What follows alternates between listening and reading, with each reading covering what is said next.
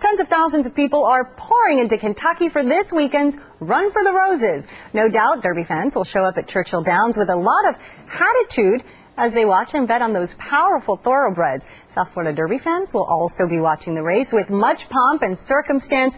NBC6's Betty Yu is live at Calder Casino and Racecourse, where South Florida's biggest Derby watch party will be held today. Hi, Betty. Love the hat.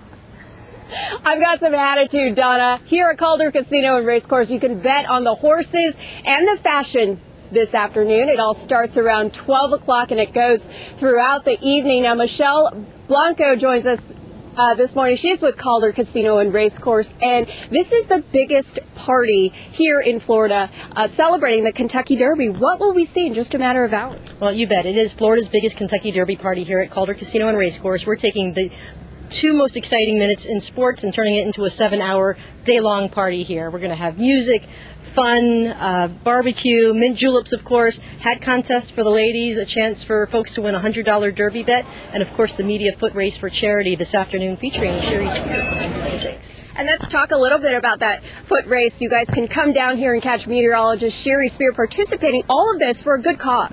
Absolutely. Sherry's going to be running on behalf of the Make-A-Wish Foundation of South Florida. She's going to dash 100 yards on this very racetrack where the horses are training this morning.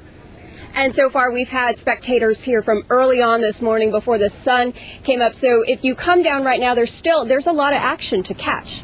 Well, you know, folks can come out and watch training in the morning if they like to, but it's really around 12:30. People will start filtering in today. First race post time is 12:55.